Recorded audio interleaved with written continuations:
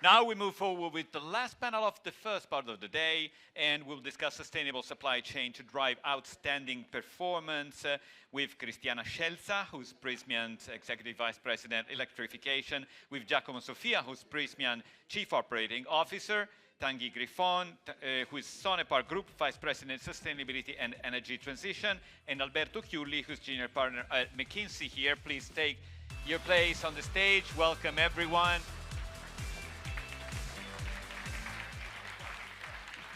Now, another question, and it's the final one of the morning, with the smartphone application, and the question is, Prysmian Omero allows homeowners to monitor what? Electrical consumption, safety of appliances, ground connection, or all of the above.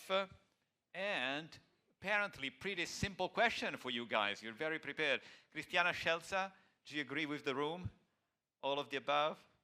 I have to, no? Yes, you have to. I think that was the right answer. So, Cristiana Scelza, let me start with you, because, you know, reducing companies' carbon footprint is not enough, and we already heard from different panels today, enabling supply chain emission reduction is not just a must-do, but it's a very complicated target. How do you approach this, Cristiana? Thanks, Andrea. Good morning. Good morning to everybody. I have the remote control, but the slide is already here. I was trying to manage a little bit of suspense, but you have already the slide. I would start just for a few words. When we think about sustainability, we have different words coming to our mind. Innovation, opportunity, design with purpose, risk management, because it's also risk management, and operational transformation, because the day that you realize that environmental, social, and economic factors are all connected together, then you are forced to review everything that is working inside, all your processes, the logistic workflows, and all the resource management system. Inevitably, you find inefficiency, waste, and possibility of fulfillment and refinement. Why I'm saying this? I'm saying this because the main words that come into my mind when I think about sustainability is cooperation and co-creation, internally and externally. And this is not the case of the panel that you have in front today. You have business and operation, Giacomo.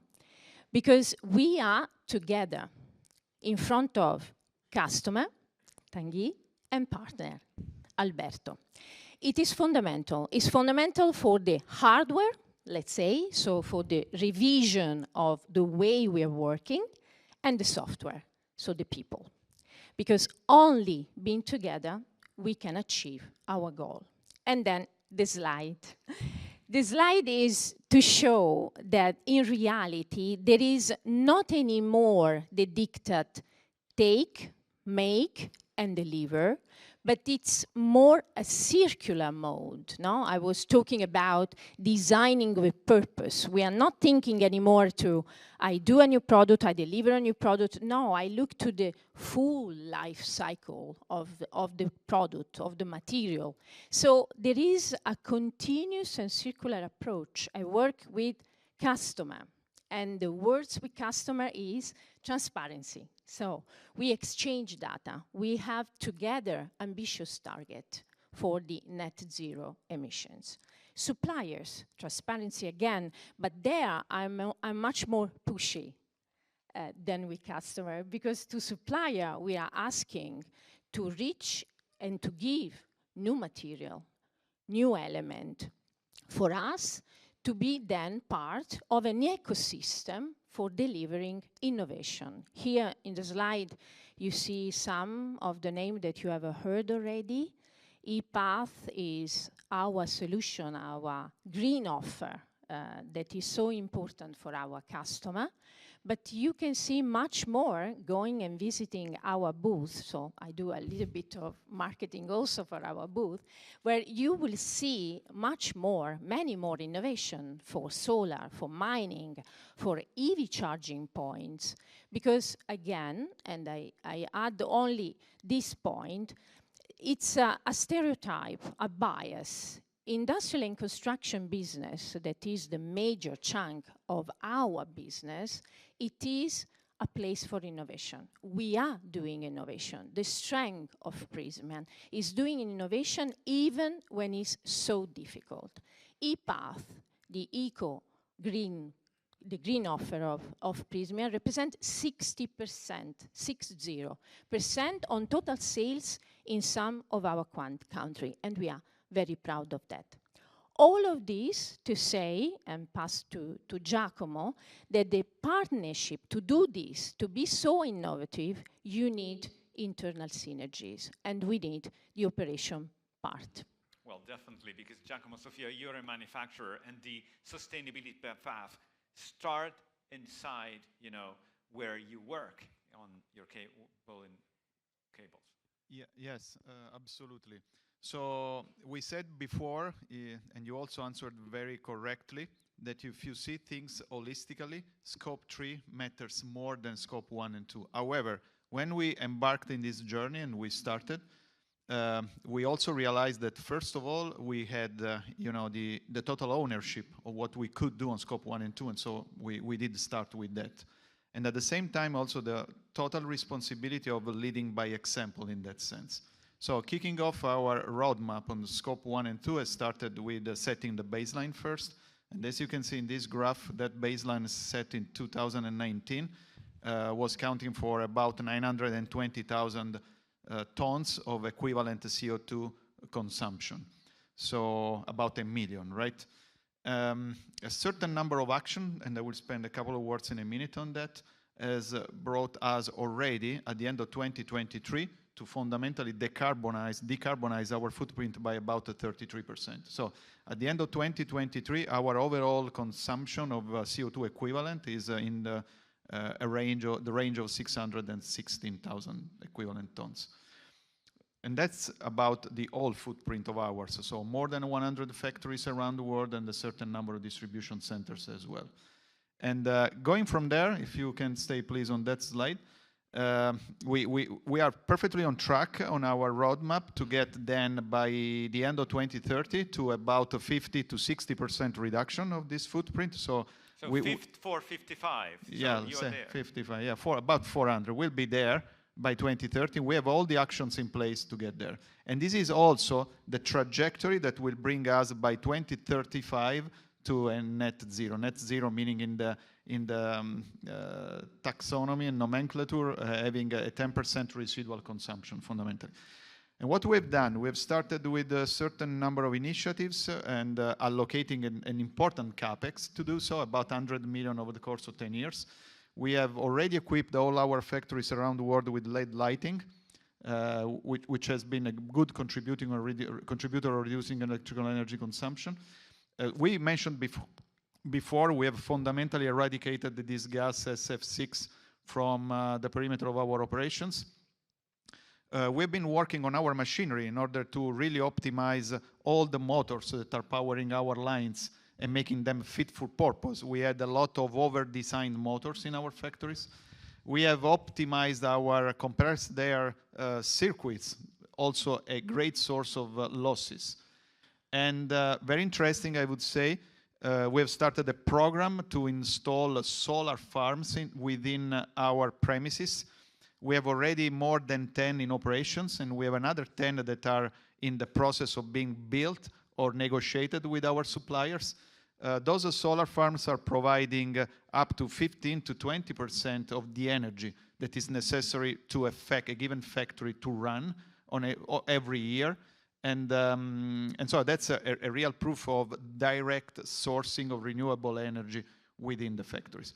Going forward, and to continue building on our program, we will sign agreements with our partners and suppliers to have PPAs, so long-term agreements to get a direct supply from wind farms and solar farms off-site. And we are also looking at fundamentally eradicating gas from our operations in order to have fully electrified factories. This has happened yesterday as well, guys, during our suppliers conference. So I hope it's a false alarm again. The door was open, but I think so. So I guess no real harm. shouldn't be a problem. It is not the lunch bell. Okay.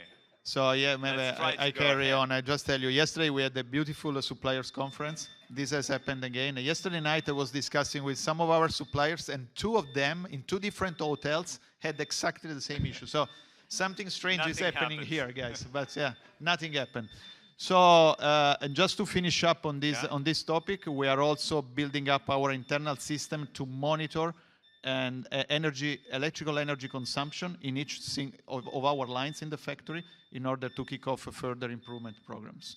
All right, Cristiana, we heard you're doing a lot inside factories, but when it comes to interacting with customers, you know, on the sustainability path, how can you bring the discussion, the partnership at another level? I will leave to Tanguy to better go on this topic and to reply to Andrea. I would just say a few words. 1996, Walmart ran a very interesting pilot with the supplier. Using their internet communication, they were reducing the inventory cost. So sharing data with their supplier and using their technology or the technology already available at the time, they were able to reduce dramatically the inventory cost.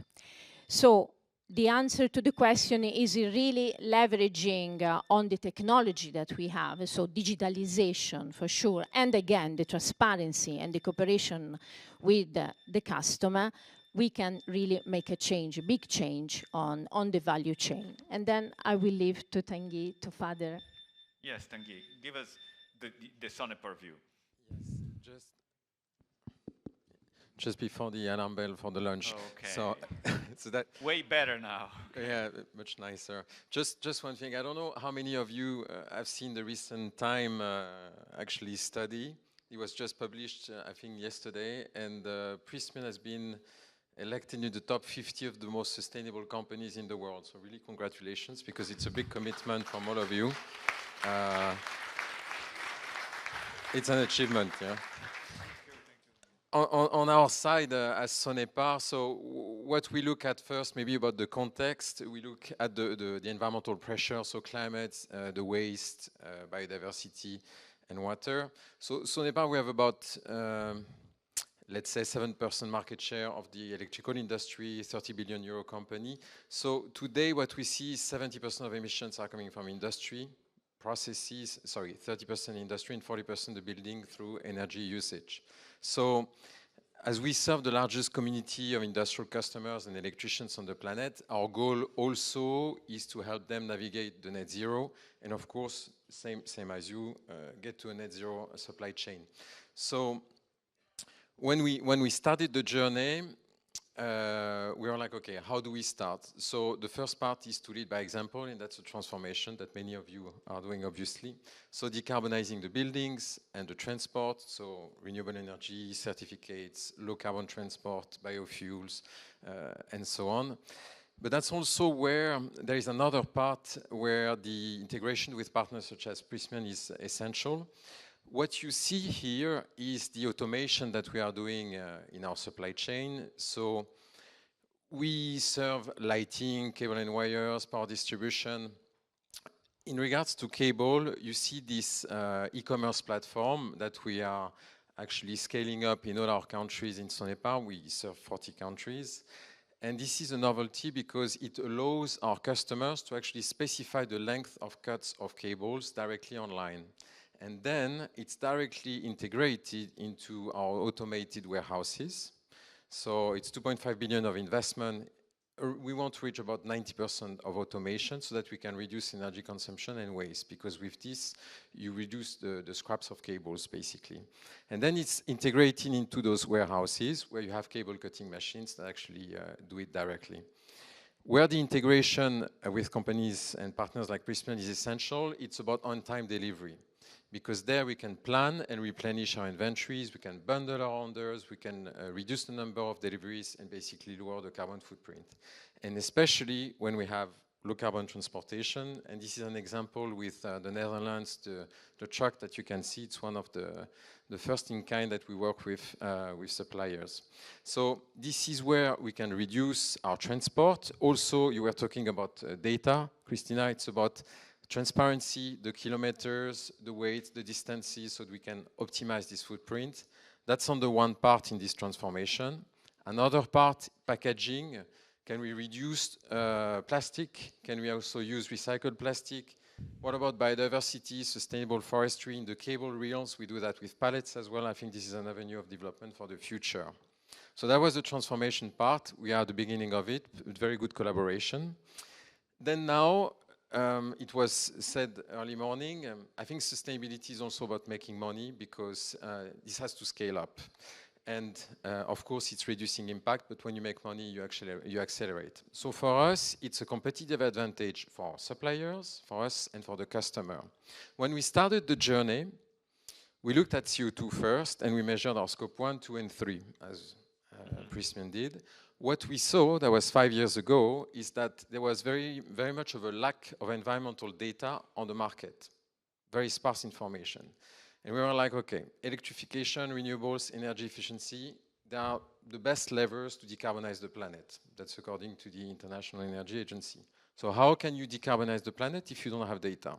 So then what we decided to do, if you want to move to the next slide, is to actually work with our partners to actually provide transparency on the market.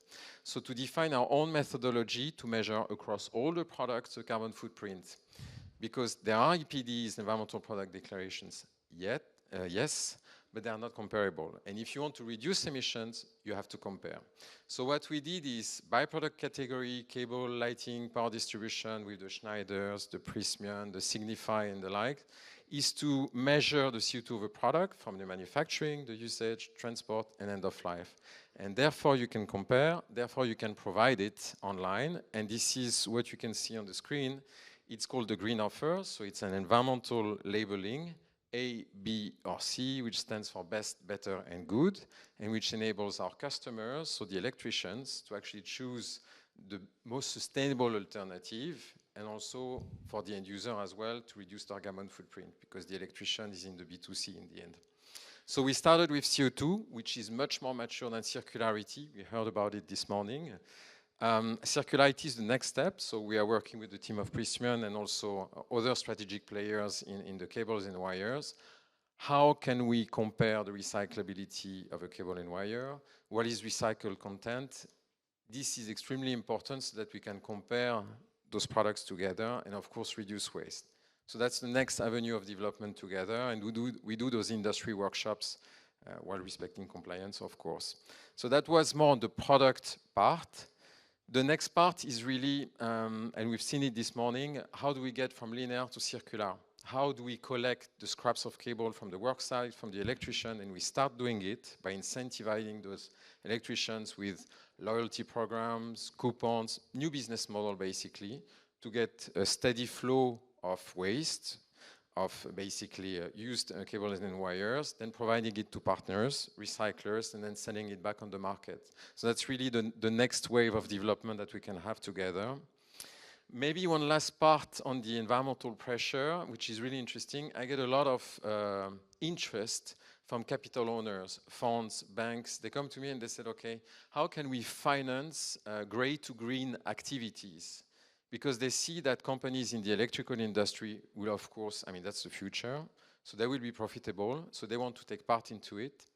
When we did the biodiversity assessment in Sonepar, we saw that the environmental pressures across all the product lines, climate change, global warming, of course, but also in the extraction. We talked about it with Rio Tinto this morning on the copper, but we also have the lithium, we have also platinum and so on. So there, can we do think tank with capital owners to actually finance probably some projects in terms of biodiversity rehabilitation? That's again an avenue of development, because we'll get to a more regenerative economy in the future, and we need to start to anticipate this. The last part, where the net zero and the supply chain collaboration is essential, we have a tsunami coming to us with the CSRD. It's more than 1,000 KPIs. I think you're aware of it. So how do we tackle it? We'll get more stringent KPIs with our supply chain on ESG criteria, also code of conduct, duty of vigilance. So there, the collaboration, and you mentioned it, it's transparency. So that's my last comment on this. Thank you, Tanguy. Giacomo, Sofia, would you add something on this? Yeah, as we were saying before, collaboration and scope 3 matters a lot. And I wanted to illustrate here, I think, a very interesting project that we are carrying forward thank you very much, in the Netherlands, also in collaboration with Sonepar. So with a study we did with the University of Delft, we have selected the electrical vehicles distribution as the most logical and sustainable and reliable solution going into the future in a mature country as the Netherlands. In that sense, we started already in 2022 with a pilot project, and we delivered, I guess, just a kind of 50 tons on an electrical vehicle truck for the first time. Last year in 23, we did already about 750 tons delivered to our customers, power distribution and utility stayed in, but also a very interesting project in the airport of Schiphol, where with our partner BAM installer, basically we have delivered fully sustainable products, our medium voltage P-laser recyclable product, with fully with the EV vehicles and equipped also with our tracking system of Alisea on the drums. That was also an element for us, basically, to win that tender, by the way. So just to make it clear, for once, that solution has provided us the opportunity to win, adding on top of usual price and delivery terms, something more that has been valued by the customer as a differentiating element to be awarded with that program. This year, in 2024, in these first 6 months, we have already delivered 2,000 tons of cables. By the way, half of that is with Sonepar. And we have a very interesting, you were mentioning it before, with that truck. So I think we have a kind of a shuttle that operates on a daily basis to connect our factory of Emmen in the Netherlands with the distribution center of Sonepar, Halfen den by Rhine, I think, or if the name is correct. It's about 200 kilometers that every day is a shuttle between. And once we'll add a second truck on that, so electrical vehicle, of course, on that way, we will have the full coverage and the full connection between the two parties for the full volume on a yearly basis, fully electrified. This year we'll get to 6,000 tons, which is about 10% of our distribution in the Netherlands. We are on track with this solution to get into 2030 with more than 50% of our volume that is delivered in the Netherlands, fully electrified. And by the way, in May this year, we also delivered for the first time an high voltage drum, which is much bigger and heavy. So with an heavy duty, for the first time, heavy duty electrical vehicle has been able to distribute this drum on site. Yeah. The target is to get in 2050 to a point where 60,000 tons of production, that is the full production that we do in the Netherlands for the local domestic distribution, will be distributed on EV truck. Yeah, and I think this is a terrific example of a sustainable supply chain in the making. And Alberto Chiulli, but let's also look at the future and so the trends in the technology to get to more sustainable value chains. Thanks a lot, Andrea. As very well stated in the previous intervention, so sustainability for industrial company, for manufacturers, is not only a fancy trend, is not only a buzzword, but is something very tangible and is a key success factor for the challenges of the next decades. Indeed, all the different stakeholders within an industrial company, but also outside, are having a growing attention to sustainable aspects of the business. Investors, first of all, with a growing attention on sustainable funds, more and more. And you can see the figures of the McKinsey Global Institute survey. Employees within a company, so it's also a key success factor of retention of employees, more and more. Customers, of course, because they are willing to acquire sustainable products, and also the regulators, last but not least, because as you can see, not only within the European Union, but sustainable laws and norms are increasing, let me say, the effort of the regulators. If we look at the trends, and where, in the next slide, thank you, the industrial companies and manufacturers are focusing attention. So supply chain is absolutely a cornerstone of the transition to net zero of industrial companies in particular. And it will be a cornerstone of the efforts of the next years. So the supply chain will be stressed, and there will be at the intersection of the focus of the business and the operations of the company. There will be some traditional aspects, of course, because supply chain need to ensure quality, service, cost efficiency, but also there are new aspects, new areas of focus, such as the resilience, of course, of the supply chain, but also the sustainability. And the sustainability from a sustainable point of view, so we observed a bunch of initiatives that companies are defining and implementing to become more sustainable. Is planning and logistics, of course, inventory optimization, sustainable logistics choices, of course, and also recycled materials. Sustainable procurement, which means not only new materials, but also new energy supplies, as Giacomo was stating regarding the PPA, which is, for instance, a key element that can help companies, and also, as a whole, the life cycle management, in order to, let me say, design from an engineering point of view, and then build more sustainable components and products. The combination of these initiatives will help the company in the transition towards a more sustainable supply chain. It will be free? No, it will be complicated for some companies even more, but these are, in our opinion, the challenges of the next decades. All right, so thank you for that. And we've just left kind of 3 minutes. So any takeaway, Cristiana Scelza, from the discussion you've heard? Andrea, I was just thinking that the success of the system is the success of everybody. I mean, if we reach our target all together, every one of us will reach our result, our success. And this is coming not only from KPI result, satisfaction of a customer, but is also the satisfaction of our employee. They see a company that is so well placed in such a list of sustainable company. Do you agree?